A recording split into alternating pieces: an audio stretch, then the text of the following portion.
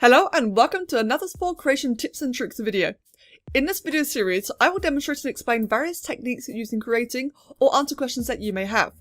Keep in mind these are all of my own opinion, and that SPORE is diverse enough that you may come up with your own techniques. If you wish to see the rest of the series, check the playlist in the upper right hand corner or at the end of the video. For today's video, I'm going to go over the process as to how I texture and colour in my creations. I get a lot of comments and a fair few complaints that I skip over the texturing process in my videos, and the reason for that is, as you can see right now, it's really just majority loading screens and there's not really anything very useful you can take from it. I mean, sure, if you look very carefully right now, you can probably notice the textures that I pick out in the palette on the left. But when it comes to just a typical process video, I guarantee you it's really not going to help, and probably a lot of people are just going to skip over it.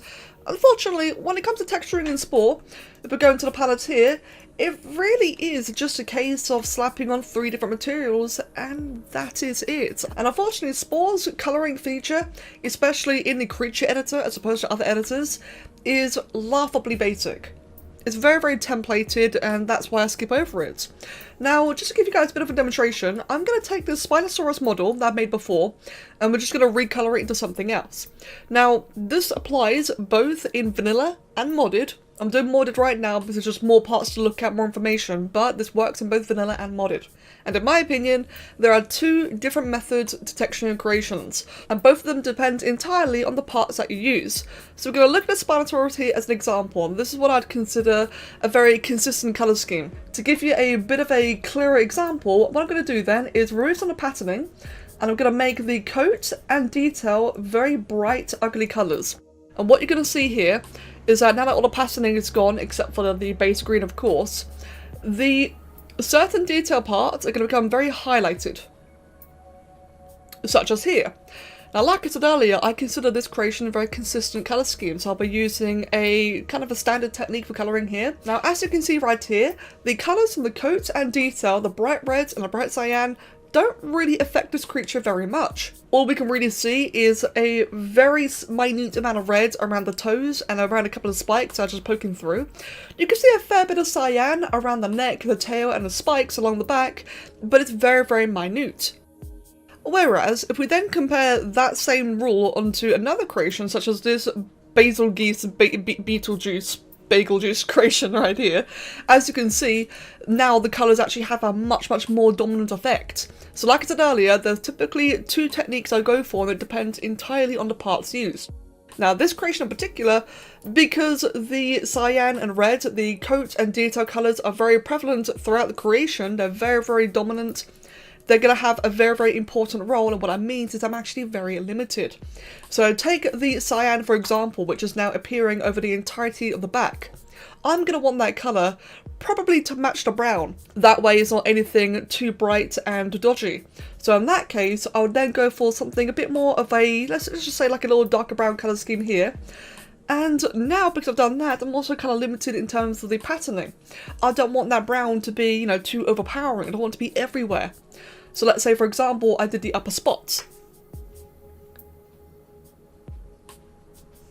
Now it's just going to add a bit more of a subtle addition, a bit more of an accent, as opposed to this big overpowering colour scheme, because as you can see on the back, it is now like a much nicer colour, it all fits together a bit better, and the colour scheme doesn't really have, you know, that big of an important role. Now, like I said earlier, it's a very tricky thing to describe because it's not something I've really had to stop and think about and how to put it into words.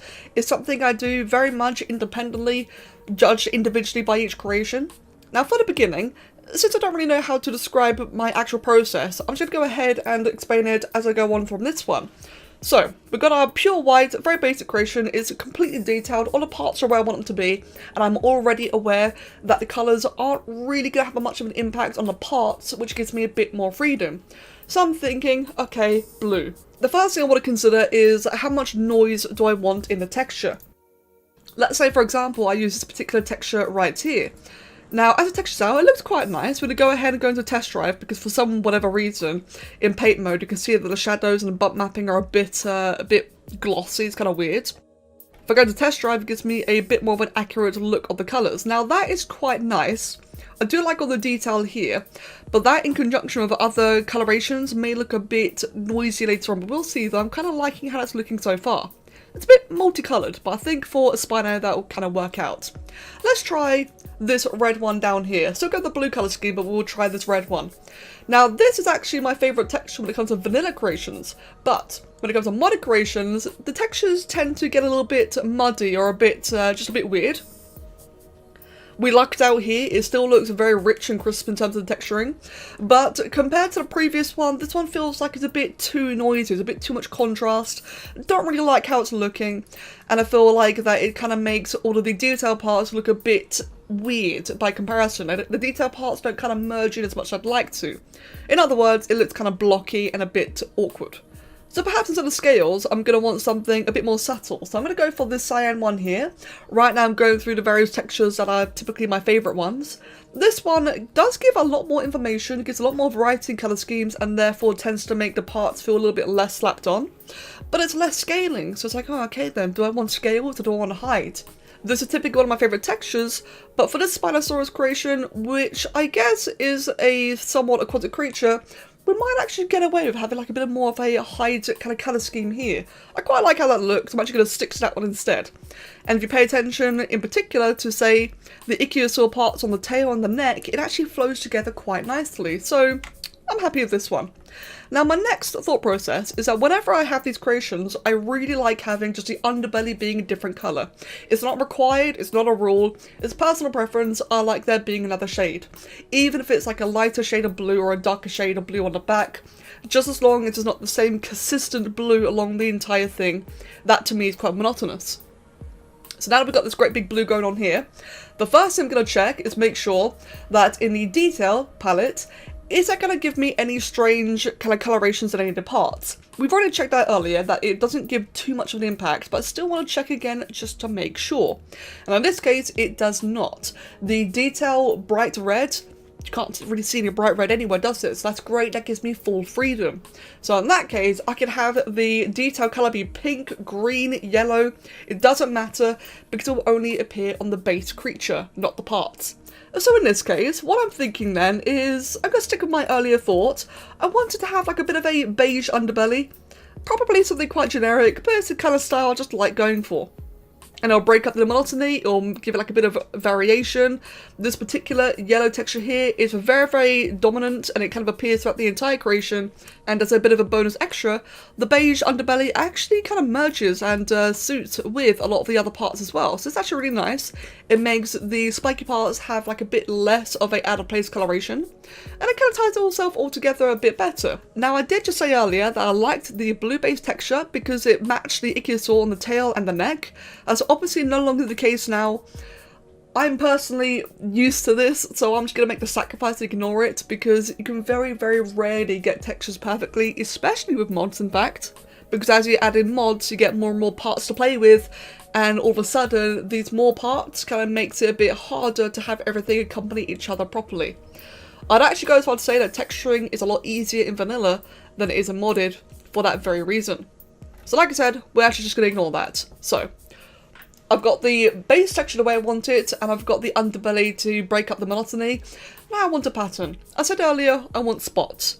Why? No particular reason, just for the sake of giving an example. So for these spots, what kind of coloration do I want? Now we are going to go ahead and just check one more thing. I'm going to make the coat a bright red. I'm going to see how that impacts the rest of the creation and any existing parts. Right, so as you see here, the red from the coat is actually going to be very empowering. What that means is that I'm actually very limited here. So for the coat, I can't just have, you know, like a bright red or a bright pink or whatever. Now, I could actually have a black and have it accent the ichthyosaur parts of the neck and tail. That would actually look quite decent. I could have like any dark colour, but if I go with anything too bright and colourful, like a pink, like a green, it's really going to clash and it's really going to look very strange. So in this case, with the coat texture, I'm going to be very limited. I want something neutral. So I think for this case, I'm having spots. I could go with white, I could go with black, I could go with brown, I could go with different shades of blue, I could arguably go with purple or dark green. That could potentially work, but I think it'll look kind of strange. Maybe even a yellow if I really want a high colourful contrast, but again, I think that'll look kind of strange. I'm going to go ahead and go with black. I think black would accent the ichthyosaur parts the best. Now I just went ahead and used the first spotted texture I can find, and as you can see, the ichthyosaur parts now actually look really nice, but the black spots just look really ugly. They're just far too strong, far too domineering, and it really clashes with just basically everything else going on. So in this case, is there any other kind of spotted texture we can go with? It may not even have to be spots, we could use something else, but I'm using this as an example. Maybe some very large green polka dots, which are black actually. This one, again, is kind of overpowering. So instead we can try this pink texture up here. That one is just very weird and awkward, so instead we'll try perhaps this larger yellow polka dot one here. Now these spots here are segregated to the body and it just makes the limbs and especially the tail just look very strange. That's definitely not going to be a chosen one. Now as you can see, my process really is just trial and error. I already had the criteria in mind, I understand my limitations, and now it's just a case of me going through all these different options and trying to find the one that suits me best. And that is pretty much the entirety of my texturing, is lots and lots of trial and error. Just flicking through different features, deciding what I want to use, trying to see which works, which doesn't work, and what I want to keep.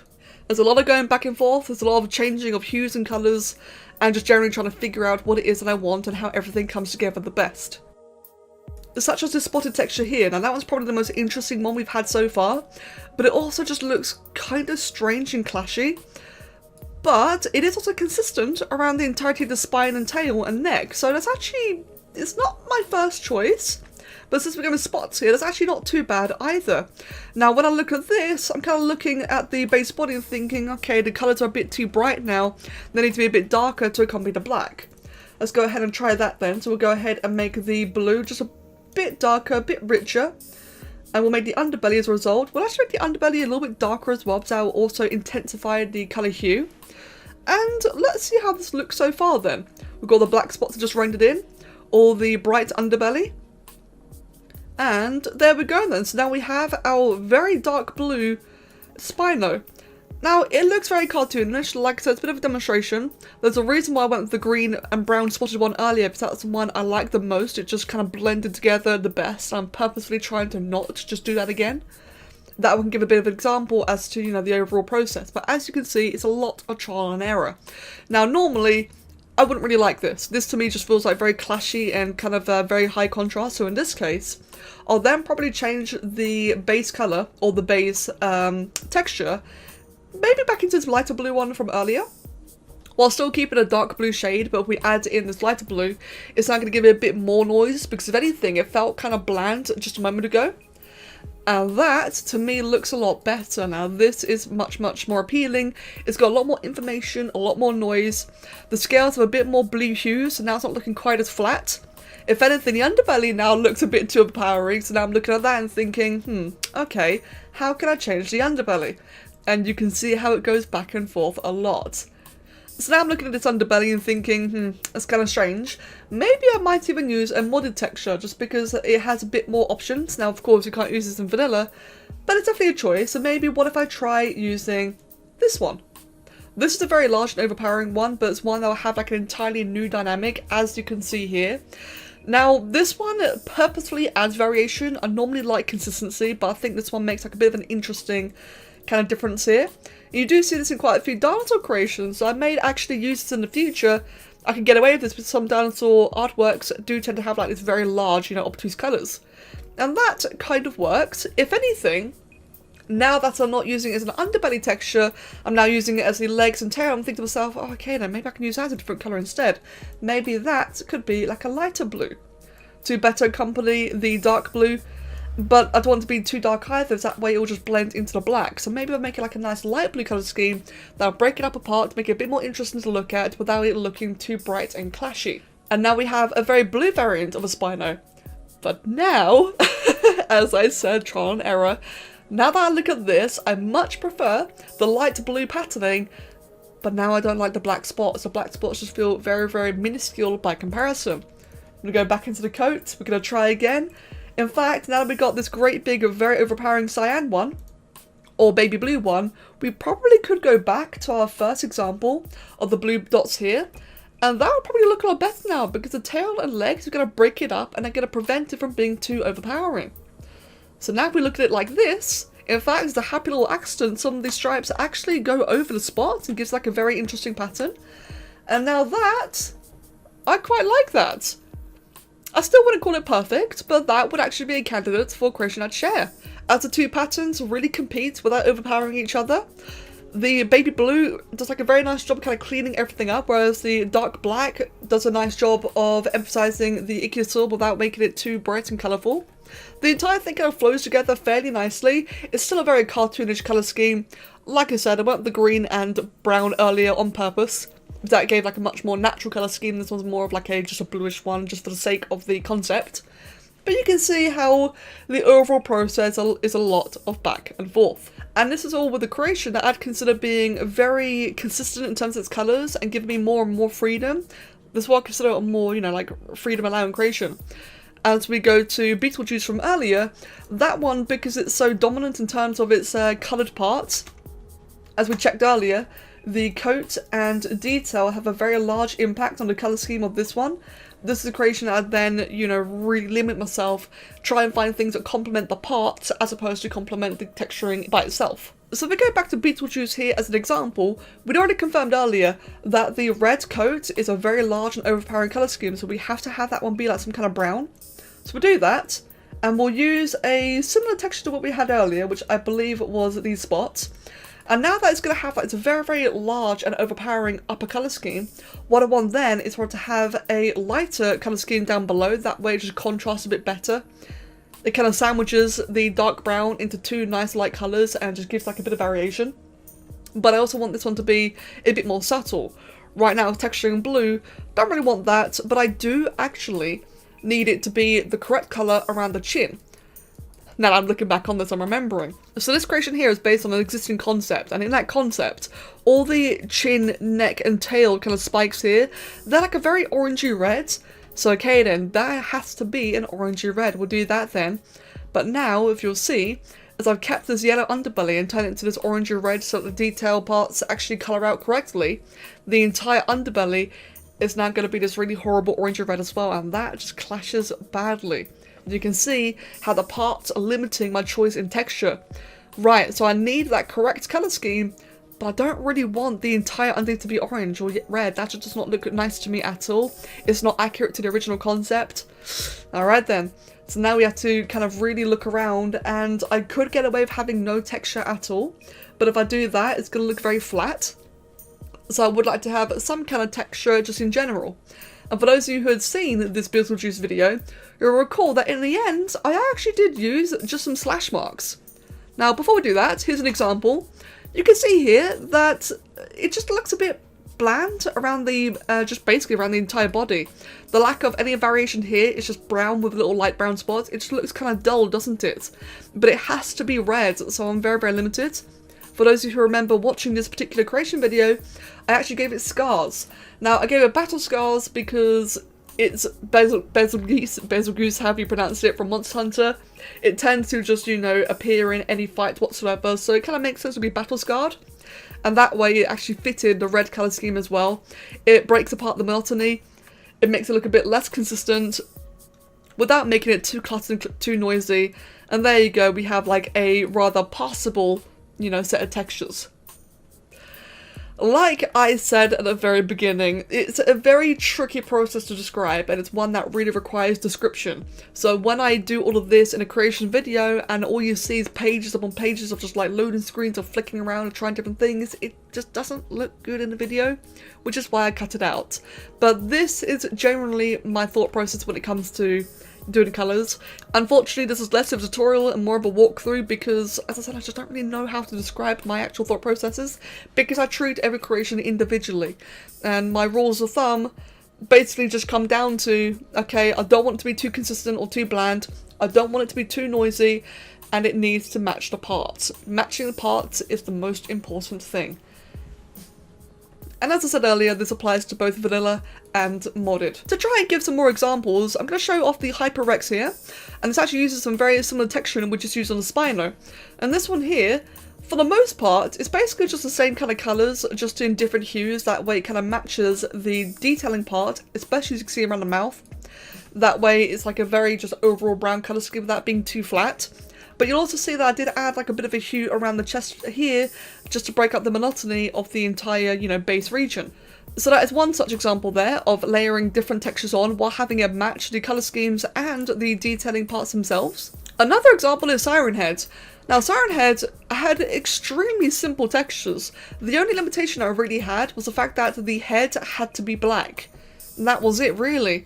And because those exoskeleton parts in the limbs, they don't really do a good job of conveying textures anyway. So when I used the black, it kind of hid them.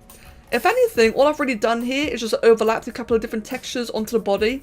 That way it's just not this, you know, bland, consistent pinkish grey. You can see like a bit of black around the back of the spine here, around the arse, inside the rib cage. That's all it is, was just layering different colours just to break up the monotony but keep it very subtle and very dull. Now as one final example, for some reason I cannot actually load this creation, but I'd also like to show off Hakar the Self Layer. Now this creation was such where the colours mattered entirely on the parts, and you can see how some of it does clash as a result. The entire yellow underbelly was via Kanban's colour pack, so that was his own independent colour scheme. The wings, however, the feathers as well were like another just general blue from Kanban's colour pack, but you actually notice that around the face and the head, there are these little hair-like pieces, and they were actually inherited from either the coat or the detail.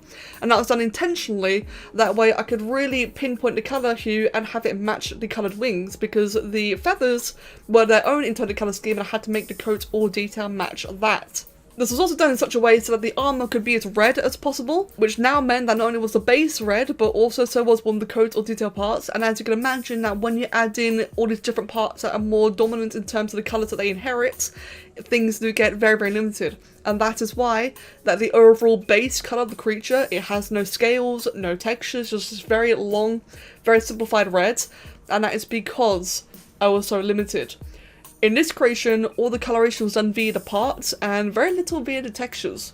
So it's kind of similar to the Beetlejuice creation in a way, the big dragon, but not quite though, because at least with the Beetlejuice one, I had some freedom in adding, you know, whatever basic texture I wanted, whichever scales or whatever.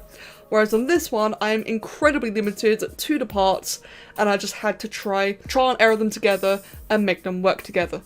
So like I said, it is a complicated process to describe, but friends, as always, I really do hope that it helped. If you ever have any questions about texturing, please feel free to ask me. I'll try and answer as best as I can, but I really do hope that the demonstrations I've shown today can help convey my overall thought process, my rules of thumb, and what it is that I try to achieve when texturing in SPORE. If you have any questions, feel free to ask, and otherwise, I will see you all next time. Have a wonderful day, and take care. Cheers.